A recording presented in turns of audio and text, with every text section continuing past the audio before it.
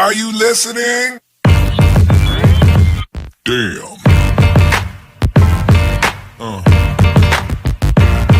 Yeah. Yeah.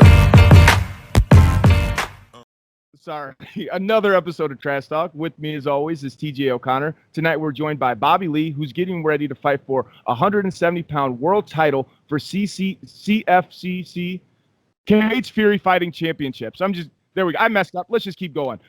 Trash Talk is brought to you again by Valhalla Combat Sports Incorporated, Ink Strings Tattoo out in New Brighton, Minnesota, Origin Wellness CBD, the Striking Institute, Spartan Martial Arts, James Clark Sports Psychology and Hypnosis Therapy, The Fighters, and TJ's mom. How are you doing tonight, Bobby?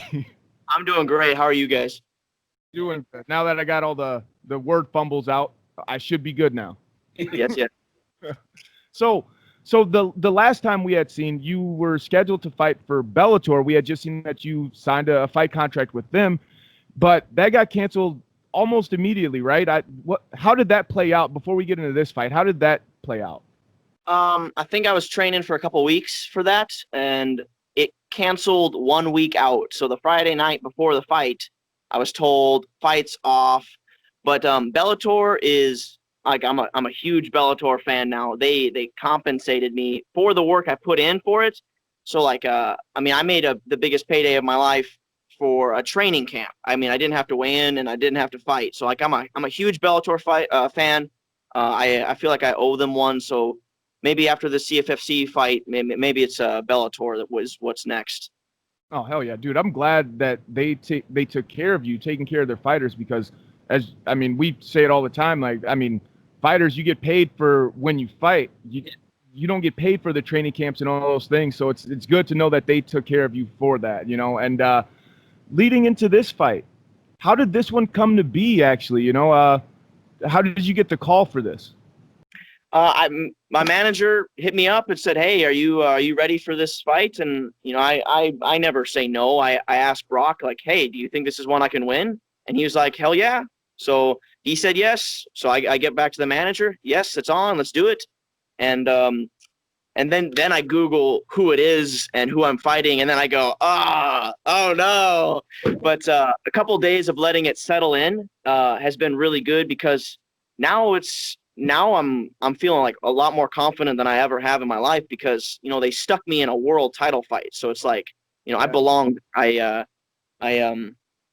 I'm getting recognized for the years that I've been putting into the sport, and I'm ready to win a world title now.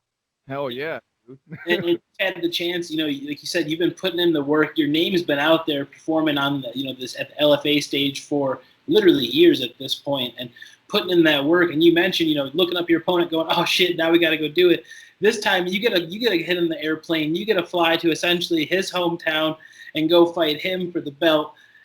That's a little bit different than the normal LFA fight at Mystic. Does that give you a little bit more excitement knowing that you're going into his backyard to take what's his? Well, I don't know if it's his backyard. I think he's from Philadelphia. But it's like blood sport, because we're gonna fight in an empty room. I mean, it's a steel cage in a barely legal fist fight. We almost went back to the 1990s. But I found out today that there's going to be 25% capacity crowd, so there will be a little bit of noise in there. It won't be a dead silent room, so that's okay. But yeah, going to Mississippi. Why Mississippi of all places? Yeah. I guess after you Googled your opponent, you let it sink in a little bit. What were the things that you found out about him? What type of a fighter is he, and how do you think you match up stylistically? Well, the great news is he's the same height as me. So not being you guys remember Macon Mendonca? Yeah. Man, that guy was tall. And he filled out the weight class. But this guy, same height. He's got a little bit of reach on me, so a little bit of arm length, but that's nothing crazy. He's built like a tank. And that's what I mean. I Google him and I see the image, and it's like, oh man, I'm fighting an Adonis. This guy's he's from Philadelphia. I forget in the Rocky movies where Apollo Creed was from. I don't think he was from Philadelphia, but he's built like Apollo Creed. Yeah. And this is my Rocky story. Oh man, dude, I'm excited that you got this world title fight. You know, at 170 pounds, and you've been one of those guys that's been kind of fluctuating. You've been fighting at 55 and 170 pounds. If you go out there and you dominate, you win this world title. Do you plan on staying at 170? Probably not. No. So my last two fights were 160, and so like my last MMA fight, I weighed in at 160. The guy weighed in at 165 because there was a little discrepancy. But I mean, I can make those next 5 pounds. So like when I was told you're fighting 170, I had a day off and I ate a bunch of food and I enjoyed myself. And in a heartbeat, I got up to 188. So it's like I can put the weight on like nothing. But like this morning, I was 176. So being 6 pounds over, 3 weeks out, I feel fantastic. Like the gas tank is not gonna be a problem. Yeah, You know, I'm ready to go. Yeah, I was going to ask you about that. You know, obviously everybody knows Colin had his fight on Tuesday night, and you know, being in that room, I was wondering, you know, what kind of work you were getting in and what kind of shape you were in to take the quote unquote short notice fight. Well, it's so since March 16th, so since all this weirdness from the pandemic, I've been running more than I ever have because like what else do you do? So I've been getting a lot more miles, and it made getting back into MMA practices and wrestling so much easier. I got a small group of 5 or 6 people that we're getting like real martial arts practice in. It is still a little bit weird because there's still supposed to be social distancing, but there is no social distancing in MMA. I mean, you have no personal space boundaries or anything. It's a very close sport. So I have several good people to work with. Like grappling with Brock is the best thing to get me ready for this guy. And if I can move Brock, I can move, you know, anyone, especially Jeremiah Wells. Okay, so let's talk about this now. So I don't want to ask you what are you thinking about next. You know, you always focus on the opponent right in front of you, but you go out there, you win this world title.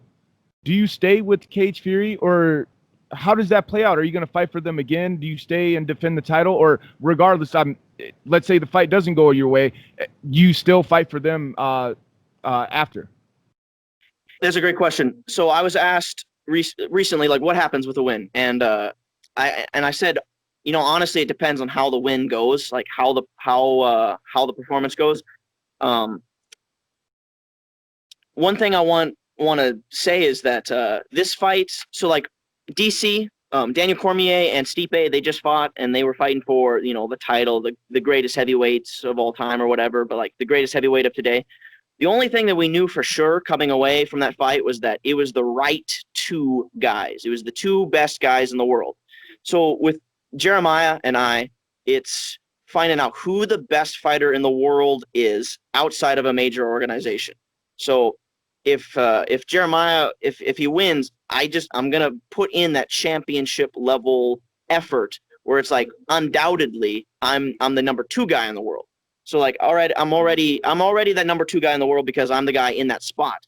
So I need to go prove it. So Jeremiah, he has got this knockout of the year last year. He had like a 19-second walk-off KO.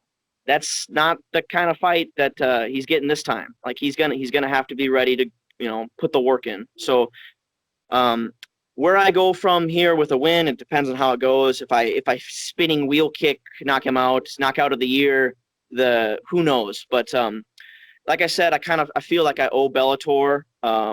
You know, I like competing for them is an option. Another option, if I don't get signed to the UFC or Bellator or PFL or ONE, all those major organizations, then maybe I go down a lightweight and pick up a second world championship, and then I'll be a 2-weight world champion outside the UFC, and then I get to enter that major organization with some serious credibility. Dude, I fucking love it. Oh man, that's probably the best answer I've ever heard. I mean, it seems like you got it all kind of mapped out and planned out and everything. I mean, is this something? So rankings are stupid. They hardly mean anything ever. What's interesting is Tapology has me ranked ahead of Jeremiah at 170. So the Tapology has me at number 25 in the country, and they have Jeremiah at number 26. I think that's what it's at. But Wow. so like that's interesting. That's they got me ahead of this guy, even though he has got the gold strap. So like we know it's the right two guys for this matchup. Hell yeah. Well, does that give you a little bit of more confidence, knowing that the people who put together the stats in their little algorithm have you above him?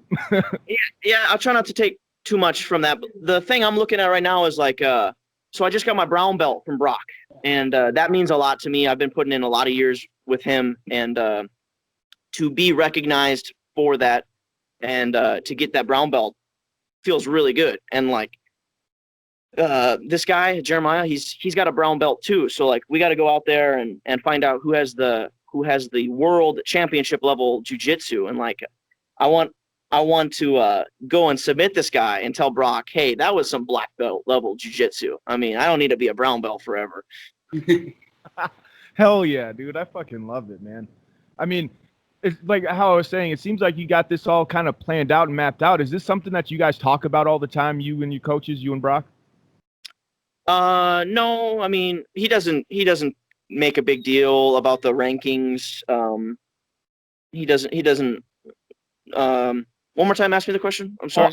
I meant not the rankings and stuff, but like you're planning out your career, how you have it set, like if you win big, don't win big, all these other promotions that you could go to, all these other things that you have planned and set out. Is this something that you talk with Brock a lot about, or is it just something that? No. It's always because it's like it's one fight at a time. As soon as you start to think I'm going to beat this guy and then go on to this, that's where you run into trouble. It's a very bad idea. So no, I am laser focused 3 weeks from tomorrow night, putting on a championship level effort and going out and bringing home gold. And like it's a homegrown world championship. It's I've been with Brock since like 2012. That's a long time. And then it's not like I go out to Jackson Wink. It's not like I go out to ATT or anything. This is a Minnesota belt that we're gonna bring home. Hell yeah, dude! I fucking love it. I mean, I'm sold. I'm sold on the fight. You know, I mean, well, that's too bad. I mean, it's not a pay-per-view, but dang, that would have been one more of those. Speaking of which, that's the perfect segue. Letting the fans on how they watch this fight and how they see you perform on September 19th. One more time. Sorry. No, say just because you mentioned it's not a pay-per-view, but enlighten the fans on how they can watch you fight and how it's going to be available on the 19th. Okay, yeah. So it's a UFC Fight Pass, and there's a lot of organizations like on Fight Pass, like LFA is on there, but CFFC, it's right there with LFA as far as like growing and expanding. I think this is their first event in Mississippi. Yeah. But with a win, now they're going to look at Minnesota as the new place to come to. Then we got another major organization coming to Minnesota. Oh yeah, especially once we have a world champ. Yes. Oh yeah. So before we wrap it up, is there anything you'd like to say to the fans? Anybody out there showing you extra support you'd like to give a special shout out to, sponsors, things like that, and one last message to the fans that want to see you fight? Well, so I gotta thank my teammates that have been like, it's been weird with the COVID. Like I can remember the first couple times getting together with my friends and like hitting pads. Like there was a weirdness in the air, but like I appreciate those people who like they just want to get the work in. This damn pandemic has like ruined. So like for example, there were smoker fights at the cellar. So like there was 200 people packed into the gym, and they were all cheering on these Thai fighters. And the culture of like Muay Thai and like getting groups together was really special. It was a really cool event. But now it's like they're having trouble filling up classes, and it's going to take a long time for like the martial arts community to recover from this. So like I just got to say like we're taking the proper steps to make sure everything's clean. I'm looking at a really freshly clean mat right now. There's a thermometer right in front of me. Like we're doing what we can to stay safe, but like, you know, support your local gyms, get back in the gym, get back to martial arts, and let's get rid of this social distancing, because there is no martial arts with social distancing. We got to get back to wrestling. You know, that's what's important. That's what's important to me. Jiu-jitsu and MMA and Muay Thai, these are great outlets for people. There's so much pent up aggression in people. They need to let that out on the mats, and then you go home and you're calm, cool, and collected. Like my favorite thing is when I get done with the gym and I drive home, I'm going under the speed limit. Go ahead, you know, you pass me, no problem. Like it's just, there's a peace that you get when you train martial arts. So it's frustrating that has been taken away from people. And if I could just say one thing, it's like let us train. Get government out of our gyms and let us train. Oh yeah, man, dude, I feel you on that 100%. But again, I'm an idiot. I don't know anything about pandemics, so disclaimer there. We're not speaking on the science of it. We're speaking on the mental health, and honestly, you're 100% right. I mean, with all the things that training brings to you, like just the serenity of it all, you know, it clears your mind, clears your head. Like you're not. I'm training so hard during the day. I don't have enough energy to yell at this guy at the red light. I get it, dude. And yeah, I completely understand. And I guess I'm rambling right now, but this has been Trash Talk with Damian and TJ. Thank you again, Bobby Lee, for joining us tonight. Trash Talk. Thank you so much. Yeah, everybody like this video, subscribe to this video. Don't be a hoe. Take care, man. Have a good one. Yeah, you too. Thank you, brother. Yeah, thanks.